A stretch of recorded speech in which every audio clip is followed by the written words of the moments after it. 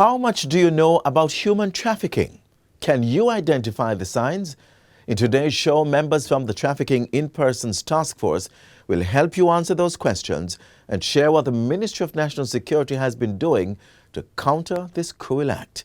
We'll also tell you about funding support to help MSMEs recover from the negative impacts of COVID-19. Hello there, I'm Adrian Atkinson. Welcome to Jamaica Magazine. Behind every Jamaican medical cannabis product is a story. To create that perfect plant requires the care, patience and nurturing of that special farmer. When harvested, it is carefully transported to a processing facility where it is transformed into high-quality medical cannabis products for consumption by responsible consumers. All this and more is possible through the closed-loop system created by the Cannabis Licensing Authority to protect the integrity of Jamaica's medical cannabis industry. For more information, call the Cannabis Licensing Authority at 876-654-7582 or visit our website at cla.org.jm.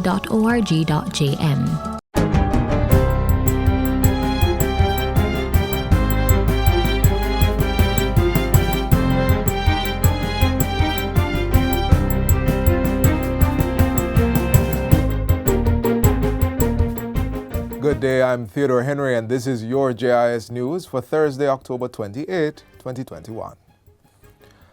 Jamaicans due their second dose of the Pfizer vaccine can now make their vaccination appointments after yesterday's arrival of a new shipment and the Health Ministry's subsequent opening of its vaccination portal this morning. Persons who fall into this category are asked to visit the Ministry of Health's website, moh.gov.jm, or call the Vaccination Call Center at 888-1-LOVE. That's 888-663-5683.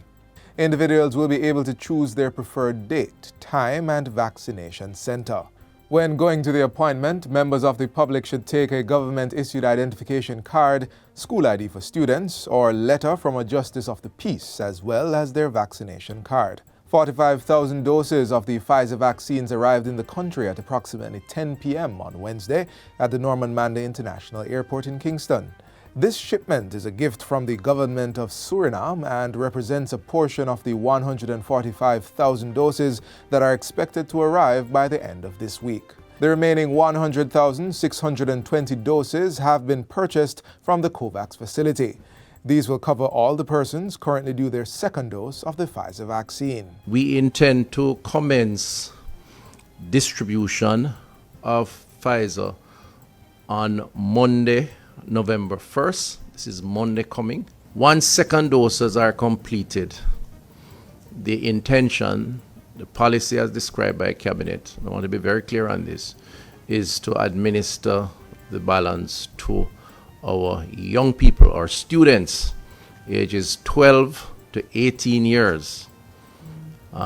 They will be the one, not just given priority, they will be the ones who will be exclusively will benefit from the rest of the Pfizer vaccine. Meanwhile, Chief Medical Officer Dr. Jacqueline Bisese McKenzie says the Ministry of Health is awaiting WHO recommendation on the efficacy and protocols for administering booster doses of COVID-19 vaccines. During the ministry's press briefing on Tuesday, Dr. Bisese McKenzie reiterated that this was still being reviewed by the World Health Organization's principal advisory body, the Strategic Advisory Group of Experts, SAGE. She says the emphasis remains on the administration of first doses to as many persons as possible. The vaccines continue to show high levels of protection against severe illness, hospitalizations, and deaths after primary immunization, and also against the variants.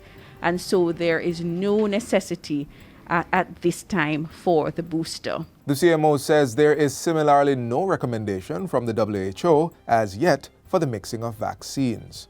However, WHO's Strategic Advisory Group of Experts has recommended that moderately and severely immunocompromised persons should be offered an additional dose of all WHO emergency use listing COVID-19 vaccines. Since these individuals are less likely to respond adequately to vaccination following a standard primary vaccine series and are at high risk of severe COVID-19 disease. while the additional dose is for those who did not develop a sufficient immune response to the vaccine. A booster is for those who did, but that immunity waned over time. Among persons approved for an additional dose are transplant patients as well as those with active cancers, persons on chronic dialysis, severe primary immune suppressive disorders, and AIDS patients with cell counts less than 200. It also applies to persons on immunosuppressants for other disorders. Members of the public to whom this applies are asked to obtain a letter from their physician to verify this. Physicians who treat these special populations may also contact the health departments to submit the names of their clients so arrangements can be made for the third dose to be delivered. In other news, the Bureau of Standards Jamaica, BSJ, has launched its Client Services Program, CSP, to promote the international competitiveness of Jamaican producers through business development and trade. Industry, Investment and Commerce Minister Audley Shaw says the CSP was created as an additional lifeline for MSMEs to improve their competitiveness and productivity. Some of the interventions being provided by the CSP include standards awareness, interpretation and implementation, market access requirements, regulatory compliance, as well as accreditation, certification requirements, and referrals to other business service organizations. I applaud the management and staff of the Bureau of Standards on the creation of this program, which so far has provided over 70 clients with advisory services and technical assistance. These clients are from various stakeholder groups, including MSMEs, government, and academia. Minister Shaw points out that the international markets offer opportunities for MSMEs, but proof of compliance is needed through certification, which can be advanced under the CSP. State Minister of Education, Youth and Information, Robert Morgan, yesterday launched a mentorship program to assist at-risk youth. The program, which is a flagship project of the Optimist International Caribbean District, was launched in conjunction with the ministry. Mr. Morgan says it aligns with the ministry's plan to empower more young people to protect themselves. Our young and women need good mentors to help them to navigate their way into responsible adulthood. And I think part of the reason why I was so interested in being here today is the recognition that there are still people within our society who want to help children, and not only want to help children, but are acting to help children. He says the ministry is assisting at-risk youth through other channels, such as the 211 Child Abuse Hotline, work to ban corporal punishment at the national level, and amendments to the Child Care and Protection Act. And finally, the Jamaica Fire Brigade is ramping up activities to mark Fire and Life Safety Awareness Week this year, which also marks its 150th year of operation. The Brigade's 25th staging of Fire and Life Safety Awareness Week, which started on Sunday, is being observed under the theme, Empowering Citizens to Create Fire-Safe Communities. Commissioner of the Brigade, Stuart Beckford, says the emphasis is to increase fire prevention and safety education within communities, churches, schools, and organizations. At this time of the year, we intensify our public relations and media campaign to educate and to advise, inform Jamaicans of tips that they can adopt to make their surroundings safe from fires. Mr. Stewart was speaking at a JIS think tank session early this week. Most of the week's activities will be done virtually due to the ongoing pandemic. They include town hall meetings targeting community members, as well as a university forum with the future professionals within the built environment sector. And that's it for JIS News Today. I'm Theodore Henry. Thanks for watching.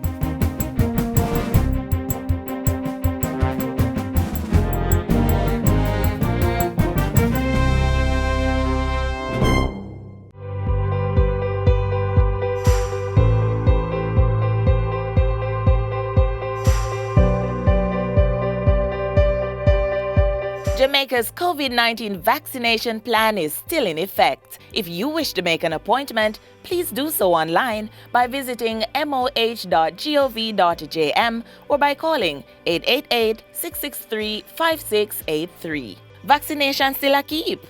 Go get your jab today. Arrests, amendments to key legislation, and support for victims are some of the measures being undertaken by the Ministry of National Security to tackle the crime of human trafficking. Get the details now.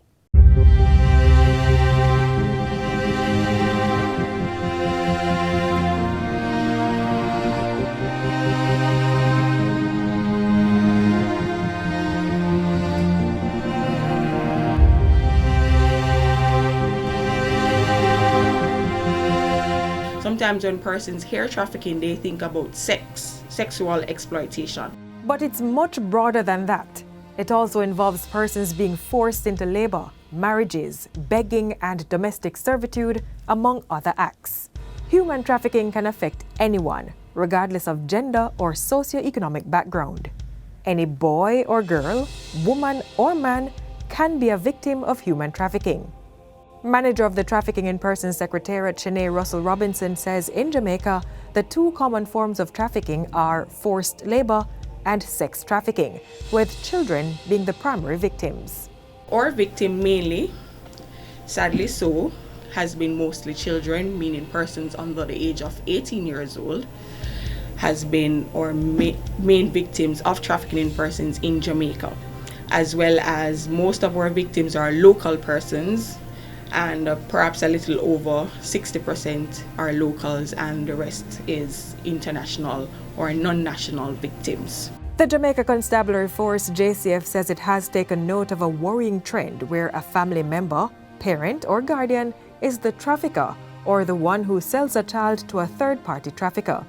The crime, known as familial trafficking, involves primarily maternal figures, and based on evidence, most local cases of this type of human trafficking involve sexual exploitation. Last year, there were 8 victims identified within Jamaica. And worthy of note is that these 8 victims were all children. This is a troubling trend. Since the start of 2021, we have identified 5 victims, all children, all girls. This is a troubling trend. Another trend that we are seeing, it's developing, is that women who are supposed to be the parents of or the guardians of these children are the ones who are seemingly seeking to exploit them. Detective Inspector Gordon says a mother was arrested and charged last year for exploitation of her daughter.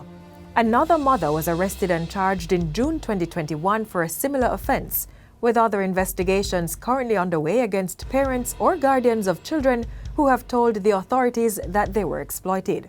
The Ministry of National Security, through the National Task Force Against Trafficking in Persons, has been raising awareness of these activities as part of efforts to curtail human trafficking in the country and sensitize the public about what the crime looks like.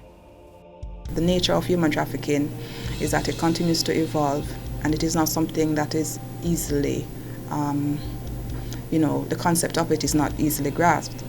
But the basic knowledge of human trafficking, persons tend to believe that certain activities are acceptable, and because of this, they do not report. Persons tend to believe that human trafficking must involve transportation. The Ministry of National Security has been seeing success in its fight against human trafficking. Ms. Russell Robinson says over 100 victims have been rescued since 2010. In addition, 8 traffickers were convicted within the courts.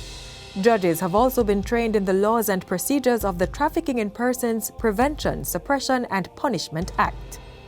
The act was also amended in 2013, 2018, and just recently, 2021. So these are measures that we have been put in place to ensure that Jamaica is aligned with international best practices and to ensure that we are keeping abreast of the changing times, because traffickers are also constantly evolving their methods. Ms. Russell Robinson says while the mandate of the task force is to catch perpetrators, The focus is also to protect victims of trafficking, as well as carry out measures to reduce such incidents locally. A critical aspect of the NATFATIP's mandate is the reintegration of victims into society. The support is a priority based on the psychological impact of the ordeal on victims. After you've come out of a life of trafficking in persons, you are devastated, you are traumatized, and you will need the assistance of persons as well as your family members and government and other stakeholders to assist you in getting back to a normal life. Systems in place to offer assistance include a government-operated shelter for victims of trafficking, a reintegration program, assistance with educational expenses and job opportunities, as well as training and other extracurricular skills.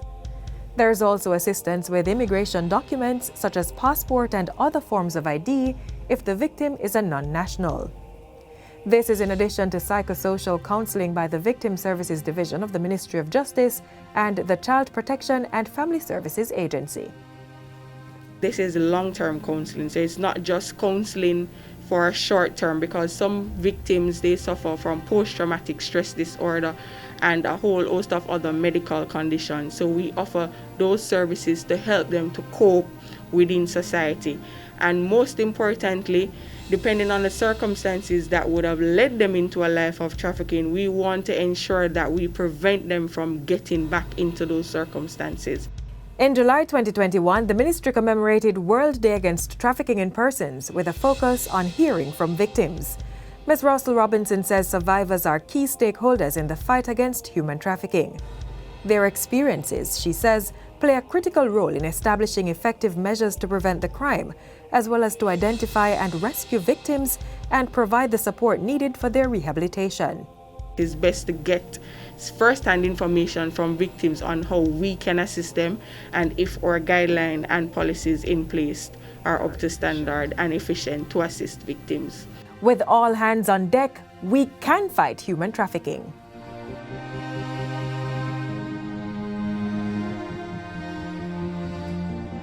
Please do your due diligence. Always exercise care and caution when you're conducting your business. Be wise, open your eyes, spot them, stop them, and report them. If you suspect or know that someone is being trafficked, or if you are a victim of human trafficking, call the nearest police station or the police emergency numbers 311, 811, or 119 and make a report. You may also send an email to tip.ocid@jcf.gov.jm or call the Counterterrorism and Organized Crime CTOC at 876-967-1389.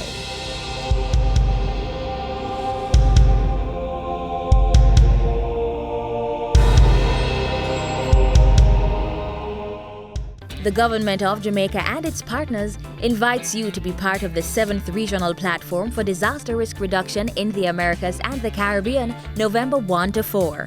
Tune into this station and watch the opening and closing ceremonies, as well as select sessions on the Ministry of Local Government's Facebook page, the JIS website and YouTube channel. Hear how the region is building resilient economies in the Americas and the Caribbean for you, for now, and for the future.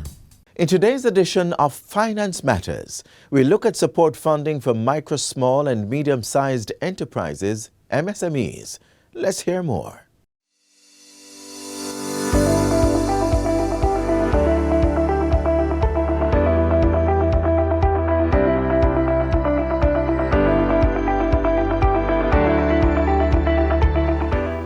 $3 billion have been budgeted to support micro, small, and medium businesses, MSMEs, through the DBJ Serve program. The DBJ Serve program acts as a catalyst for the recovery of local economic activity by assisting businesses that have been adversely affected by the COVID-19 pandemic. Hello, I'm Daniel Pasley, and welcome to Finance Matters. Today, I'll be speaking to Mr. Edison Galbraith, General Manager for Channels, Relationships and Marketing at the Development Bank of Jamaica. And he'll tell us more about the DBJ Serve program and how Jamaican businesses can benefit. Remember to like, share, and subscribe to our YouTube channel. Follow the ministry on Facebook, Instagram, and Twitter to see all the episodes and highlights.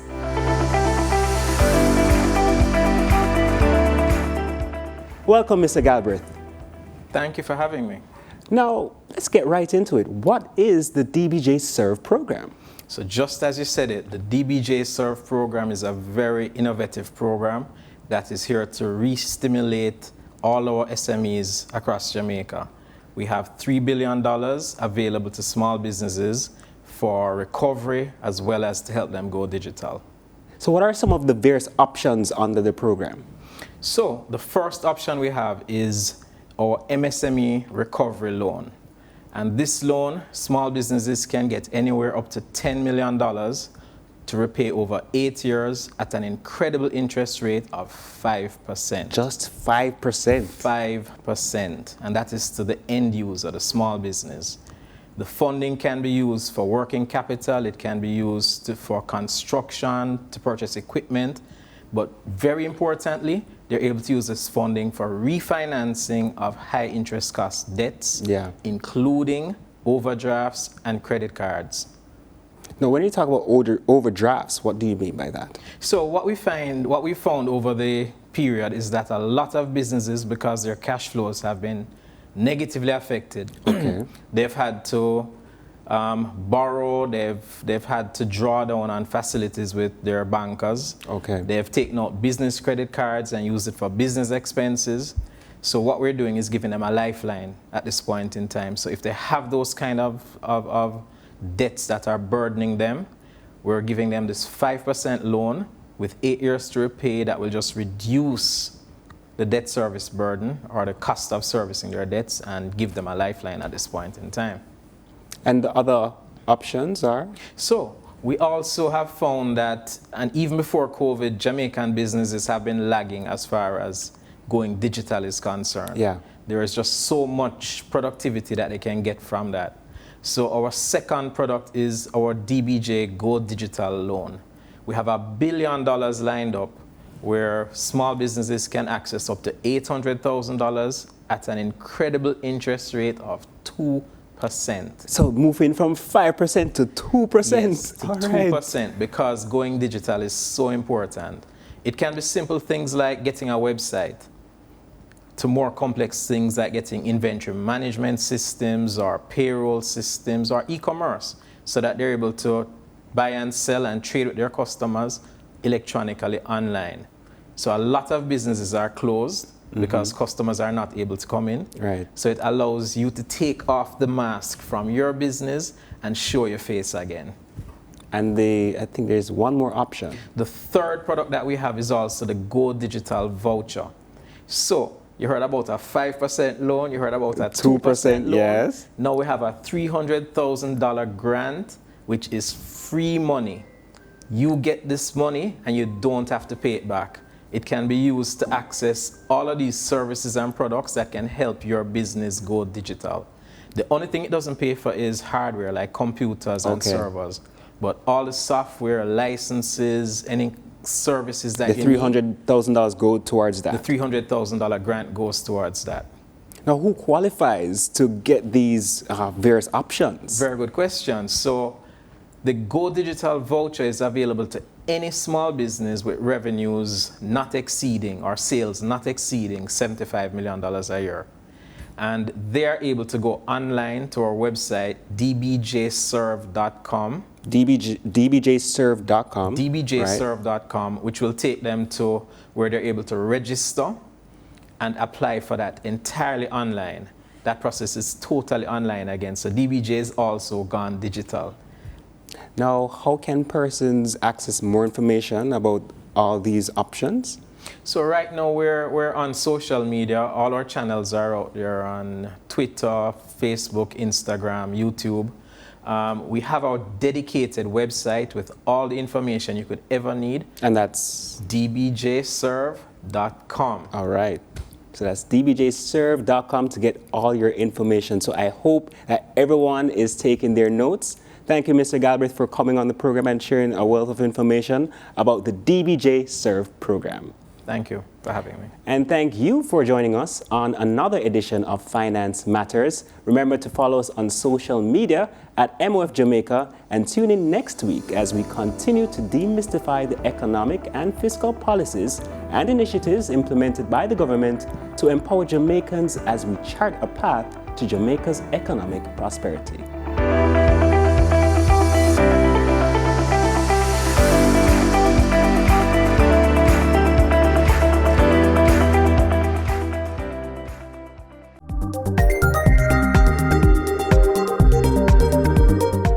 I hope you're still observing the COVID-19 safety protocols. You know the drill. Mask up, sanitize, social distance, and get vaccinated. Up next, how to keep the communication device of yours clean. Android, iOS, non-internet based. It doesn't matter the brand, type, model, or cost. Phones need to be periodically cleaned. There are no apps, not yet, that will de-germ the outer surface of these mobile gadgets. And unless you have an ultraviolet UV sanitizer toolkit, you'll have to manually decontaminate the device.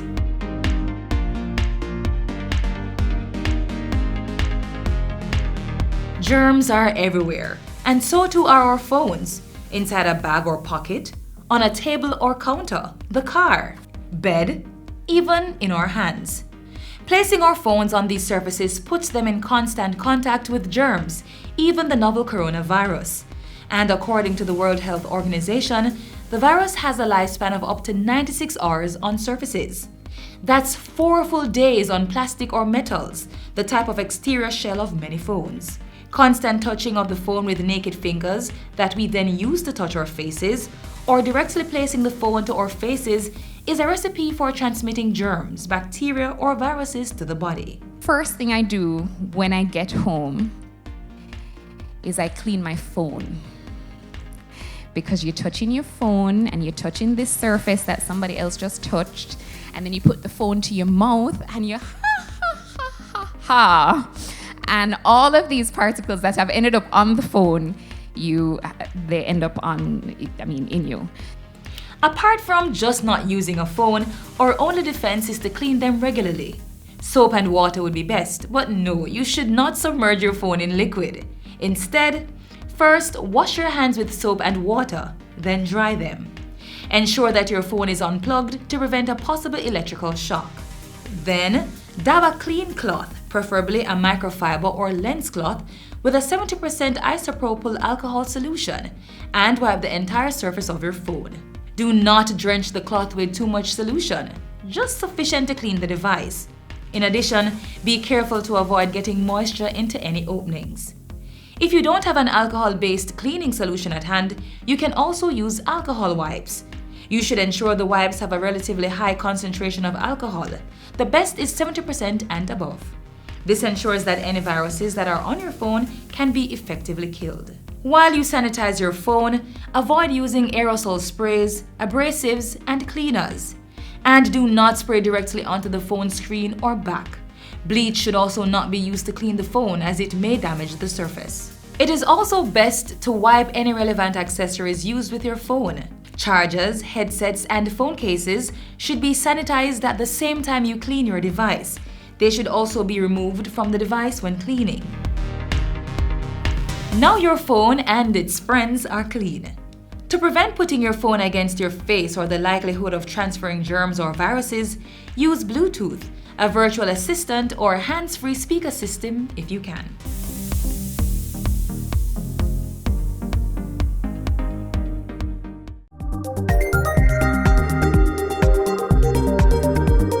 This is where our journey ends, but only for today. Do join us again tomorrow and we'll bring you another informative program.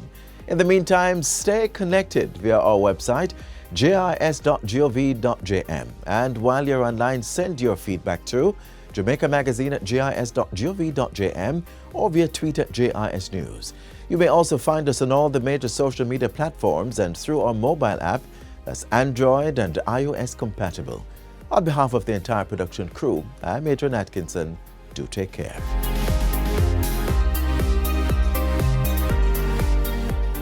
This has been a production of the Jamaica Information Service, the voice of Jamaica.